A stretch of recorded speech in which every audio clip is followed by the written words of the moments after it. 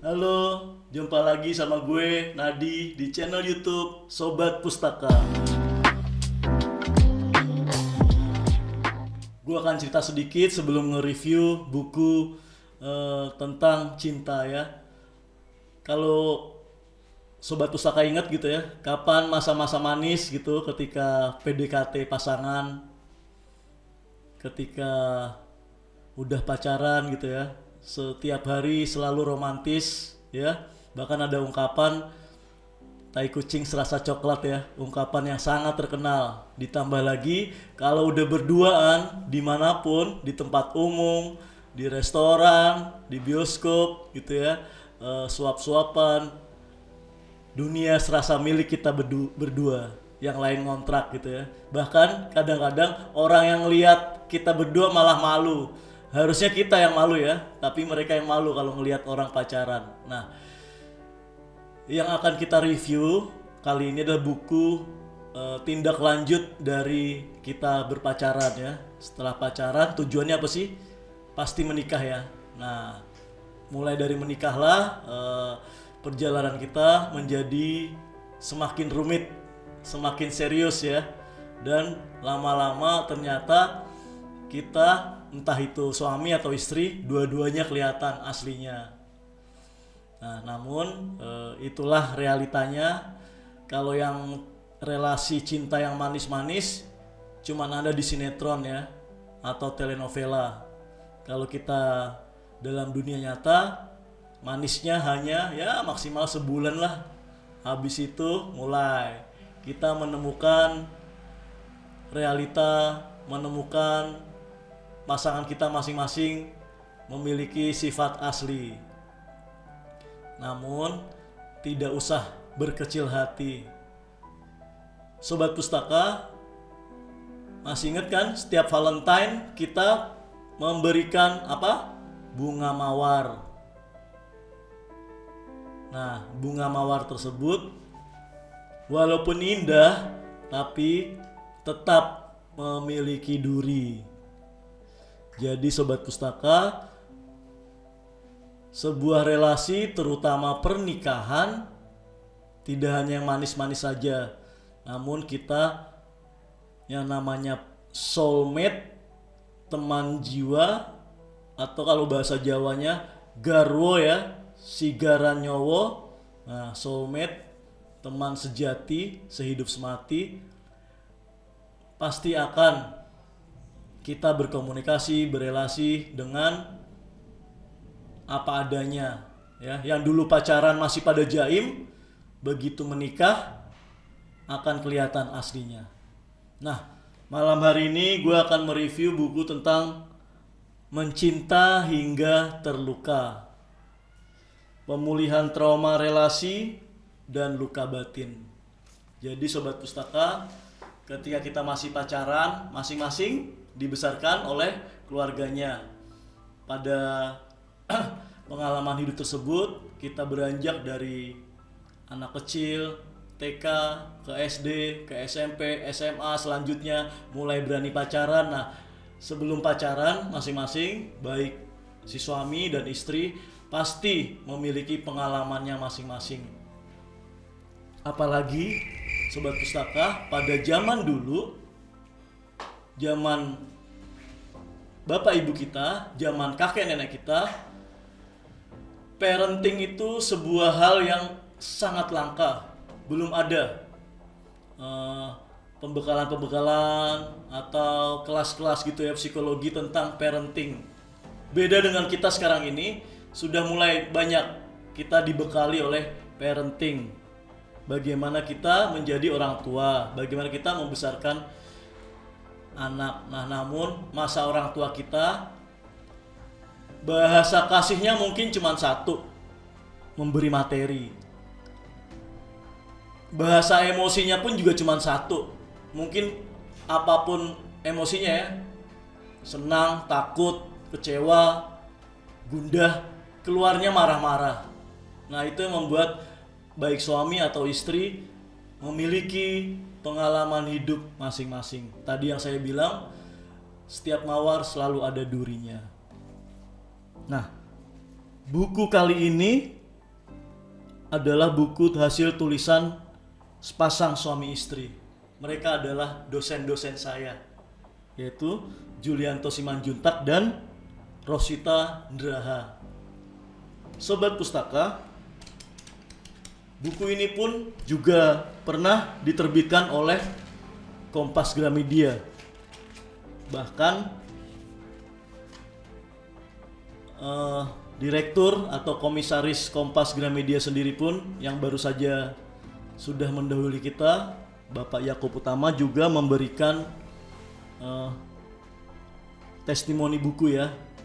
Nah, dia mengatakan, sungguh suatu paradoks yang menggetarkan. Tuhan hadir justru ketika pencobaan hidup menimpa kita. Buku Seni Merayakan Hidup yang Sulit berisi kisah nyata tentang akrabnya penderitaan dan kehadiran Tuhan.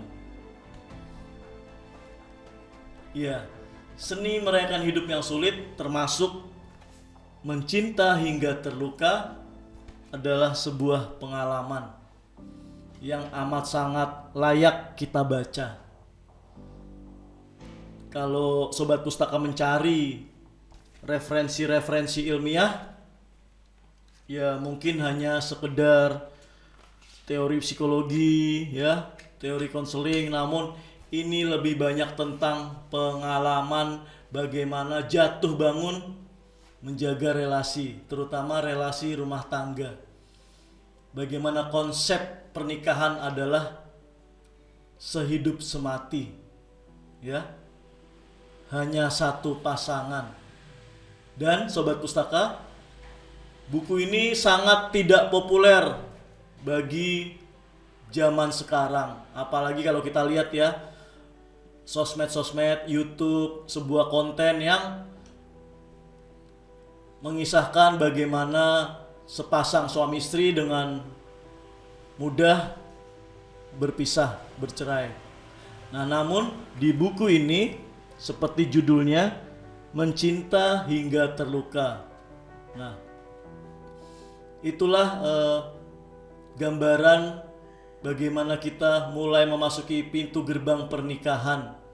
Pada hari pertama dan seterusnya, kita dijamin akan memasuki lika-liku perjalanan. Bagaimana kita bisa berkomunikasi dengan salah, membuat kita emosi dua-dua pihak, ya. Nah, namun di sini Julianto Simanjuntak dan Roswita Ndraha men-sharingkan pengalaman mereka. Sobat Pustaka, mencinta sampai terluka ini juga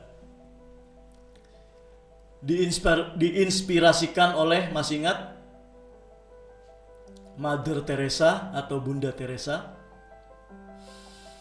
Bagaimana ia merangkul orang-orang papa di India, bagaimana Mother Teresa memperhatikan orang-orang yang terpinggirkan, marginal. Nah, dalam praktik pernikahan, Mother Teresa pun juga menjadi inspirasi oleh penulis buku ini. Buku ini terdiri dari 10 bab, ya. Babnya kalau bahasa sekarang daging semua. Bab pertama, semua orang punya sisi gelap. Percaya kan?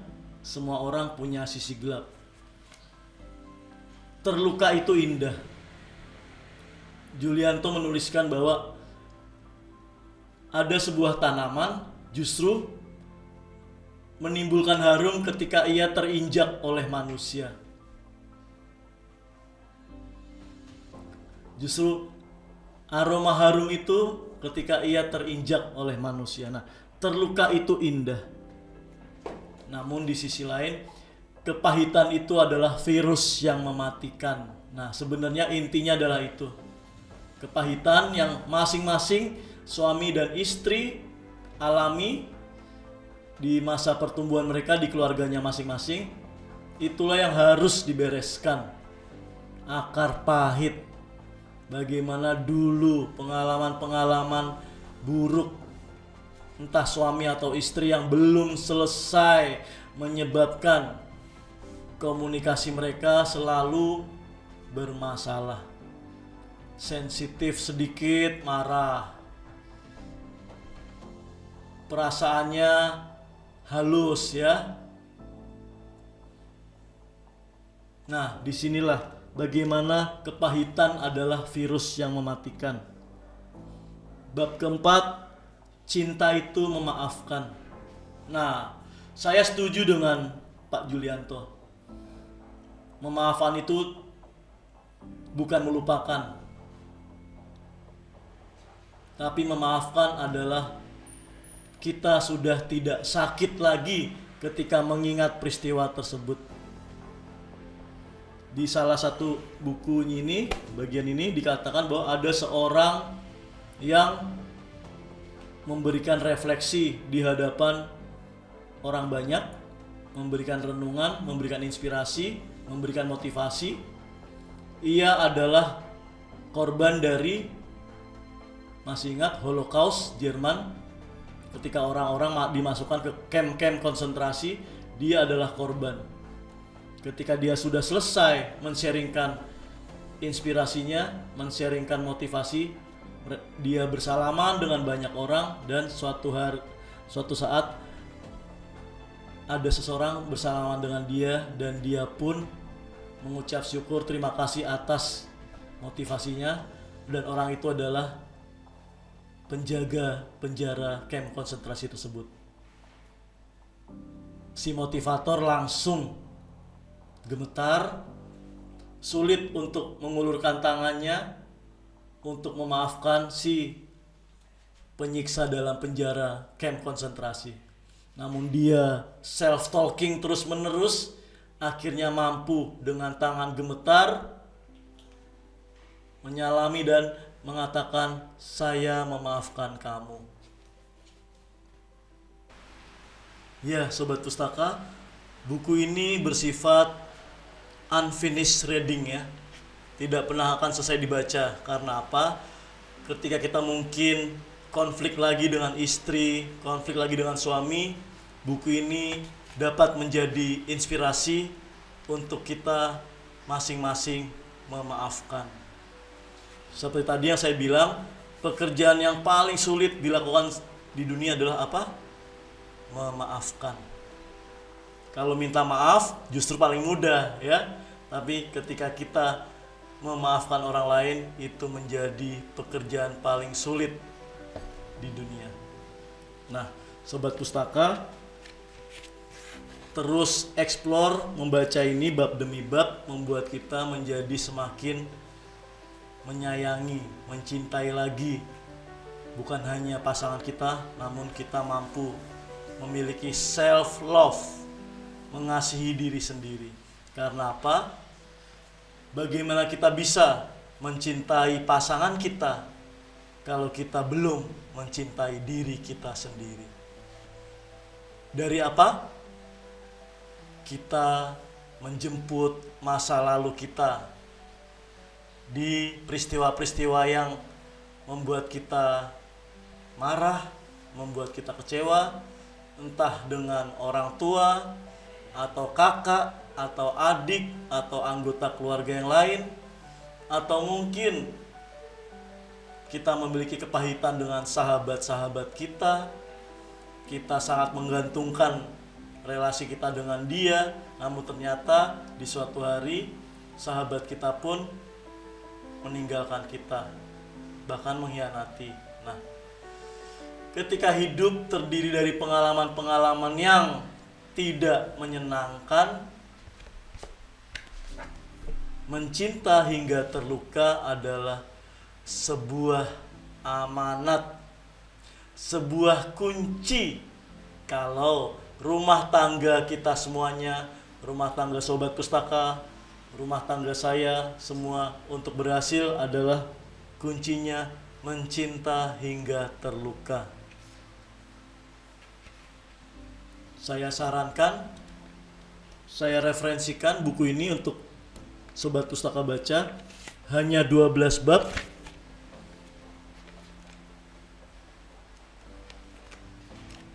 hanya 200 halaman, cukup tipis, namun ini bisa dibaca terus-menerus. Karena apa? Ini membuat kita hendak memperbaiki relasi kita, memulihkan trauma-trauma kita. Ya. Oleh karena itu, sekali lagi, yang saya punya ini buku cetakan ke-12 2018 ya. Nah, teman-teman bisa searching, browsing buku Mencinta Hingga Terluka ini. Saya sarankan bacalah. Karena kalaupun Anda sobat pustaka belum menikah, merencanakan pernikahan, nah, baca ini dulu. Menikah itu indahnya cuma sehari atau bahkan sebulan. Habis itu kita berjuang hari demi hari untuk mengerti, berkomunikasi dengan baik, ya. Ini Mencinta Hingga Terluka. Nah, kalau sobat pustaka mengenal siapa? Kelly Clarkson ya, seorang penyanyi. Salah satu teks lagunya mengatakan sebagai berikut. Semua orang punya sisi gelap. Bisakah kau mencintaiku dengan sisi gelapku? Semua orang punya masalah. Maukah kau berjuang bersamaku? Nah, ini sebagai penutup dari review buku kita kali ini. Maukah engkau berjuang bersamaku?